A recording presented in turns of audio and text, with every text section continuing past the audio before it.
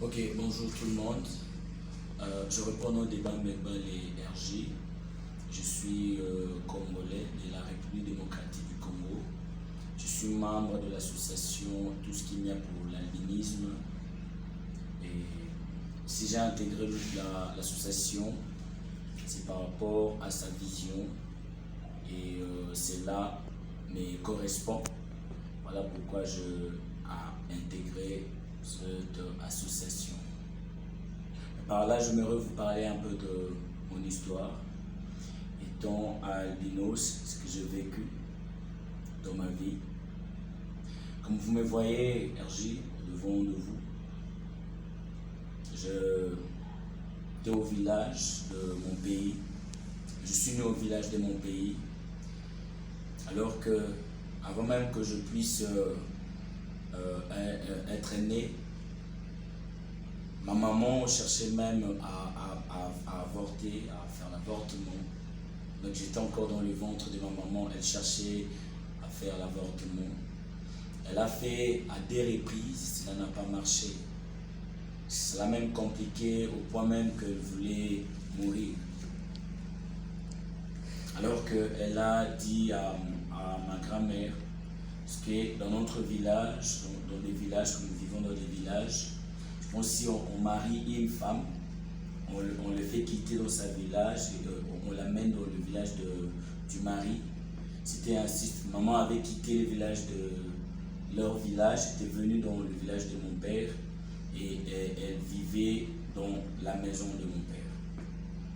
C'est alors qu'elle était obligée de dire aussi à ma grand-mère par rapport à ce que ça l'avait compliqué, elle cherchait à faire l'avortement.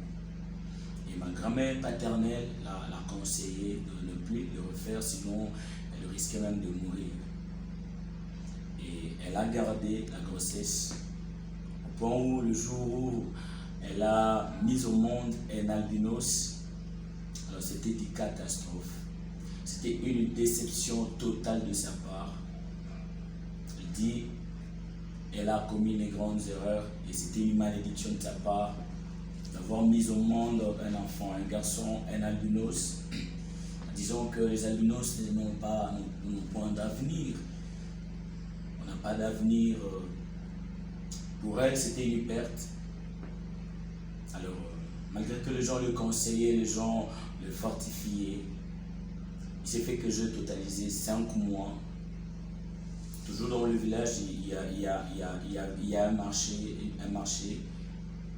Ils partaient, ils achètent des choses, il fait 2 jours, et après ils reviennent pour vendre dans notre village. Alors, maman était partie avec papa dans ces marchés-là. Alors, j'avais 5 mois. En arrivant au marché, papa qui dit à ma maman, reste ici avec l'enfant, j'achète quelque chose, je vous reviens. Et c'est là où ma maman m'a lié dans un bain, elle m'a laissé dans le marché. Enfant que j'étais, 5 mois que j'avais, ignorant que j'étais, innocent que j'étais ramassé chez une maman, une dame du marché, en train de pleurer. Un enfant, il cherchait, l'enfant appartenait à qui?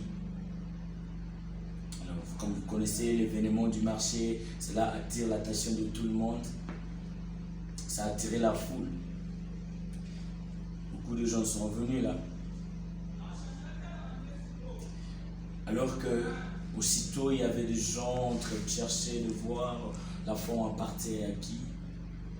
Mon papa était de retour sur l'endroit, sur le lieu auquel il a laissé sa femme et son enfant. Il rentre, il trouve autre histoire, autre problème. Il trouve beaucoup de gens, il était surpris. Cet endroit ici, c'est l'endroit auquel j'ai laissé ma femme et mon enfant. Alors que il trouve son enfant qu'il avait laissé aux mains de sa femme était porté sur une dame inconnue du marché. Plein de gens en train de regarder l'enfant comme s'il était un jouet, je ne sais pas moi. Alors qu'il s'approche, avec plein d'amour d'un père, il dit c'est mon enfant. Alors, les gens là, ils avaient aussi besoin des preuves qui prouvaient que j'étais réellement son garçon. Et voilà, il avait donné les détails que j'étais son garçon, son enfant. C'est alors que papa m'avait pris et il m'a ramené dans sa famille, chez sa maman. Avec 5 mois que j'avais, je n'ai même pas réussi l'affection de ma maman.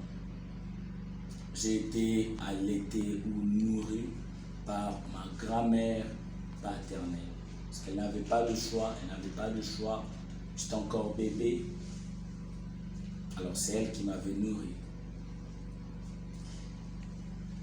Je suis grandi comme ça. J'ai été privé de l'affection de ma maman. J'ai été victime au moment où j'étais innocent. Je suis venu comme tout enfant. Alors je n'étais pas le bienvenu chez ma maman.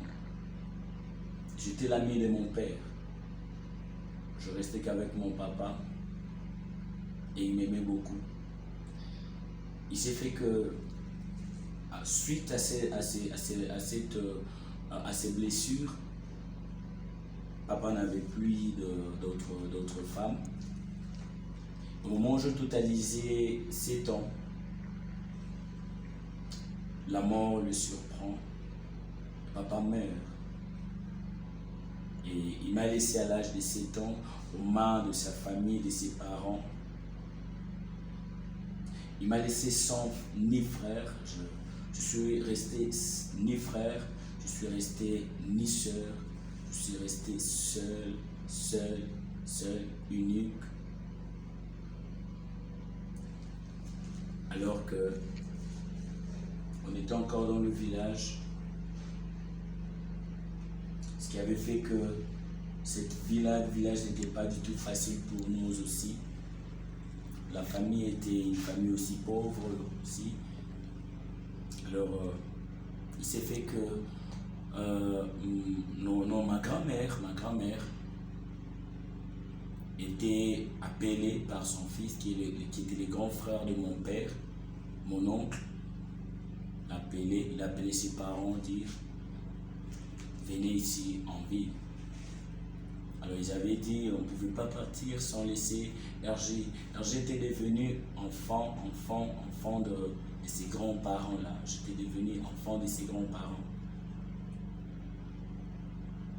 Alors je suis venu avec eux dans la capitale de la RDC, Kinshasa.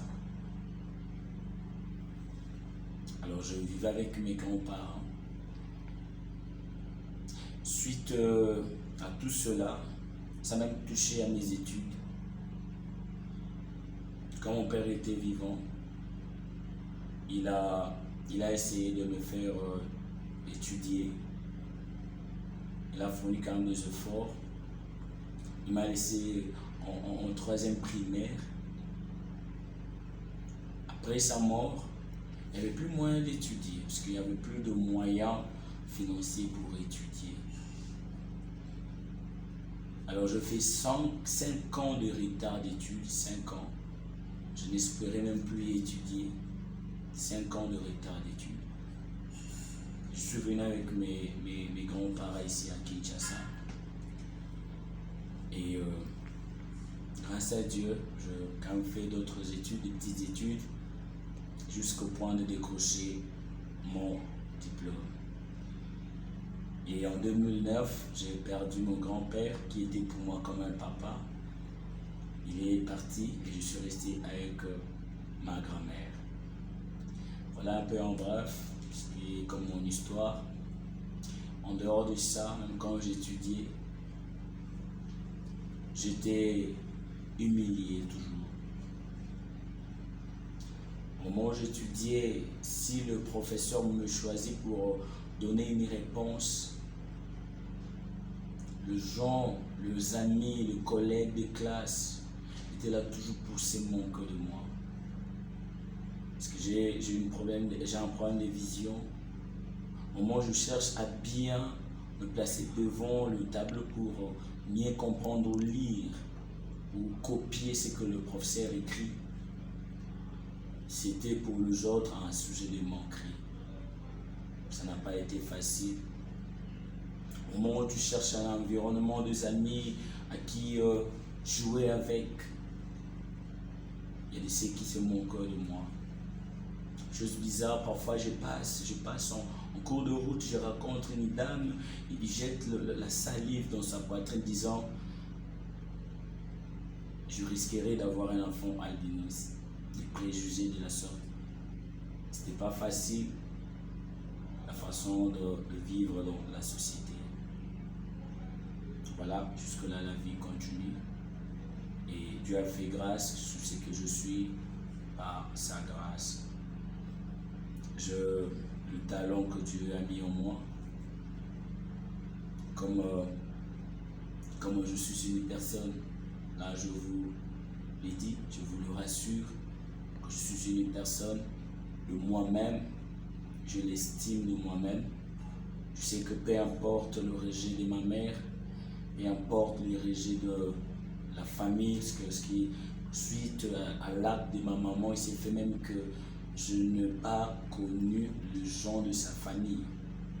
Je n'ai pas connu les gens, je suis grandi comme ça, je ne sais pas comment on appelle tantine maternelle, je ne sais pas comment on appelle oncle maternel. Je grandis avec la famille de mon père. Je ne connais aucune personne de la famille de ma mère suite à sa réaction.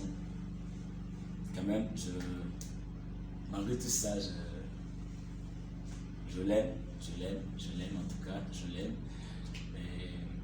Je sais que peut-être ce n'est pas de sa faute. Je l'aime. Et ma prière est que Dieu puisse la garder toujours en vie pour que lorsque je serai béni et élevé,